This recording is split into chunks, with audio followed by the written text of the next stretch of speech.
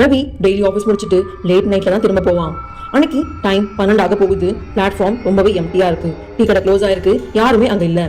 ரவி அவன் கடைசி ட்ரெயினை பிடிக்க ஓடி போய் அந்த ட்ரெயின்ல ஏறினான்.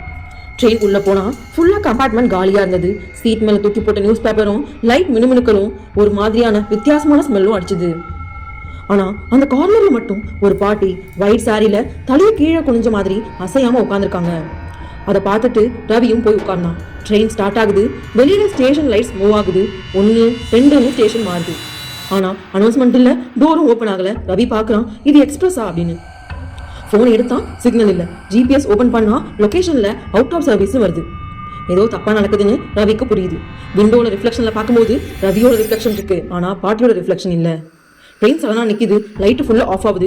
எமர்ஜென்சி ரெட் லைட் மட்டும் எரிஞ்சிட்டு இருக்கு. அப்போ அவன் பக்கத்துல யாரும் நடந்து வர மாதிரி அவனுக்கு ஒரு ஃபீலா இருக்கு. ஆனா பாட்டி அங்கேயே தான் உட்காந்துருக்காங்க. அதுக்கப்புறம் பாட்டி மெதுவா தலை தூக்குறாங்க. ஃபேஸ் ரொம்பவே பாக்குறதுக்கு பயமா இருக்கு. அவங்க கண் ரொம்பவே கருப்பா இருக்கு. ரவி தைரியமா கேக்குறான், அம்மா இந்த ட்ரெயின் எங்க போகுதுன்னு.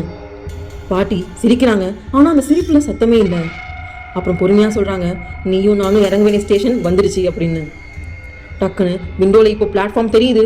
போர்டுல நேம் சிமெண்டரி ரோடுன்னு எழுதியிருக்கு. பிளாட்ஃபார்ம்ல நிக்கிற எல்லாரும் சேம் ஒயிட் சாரி, சேம் ஃபேஸ்ல இருக்காங்க.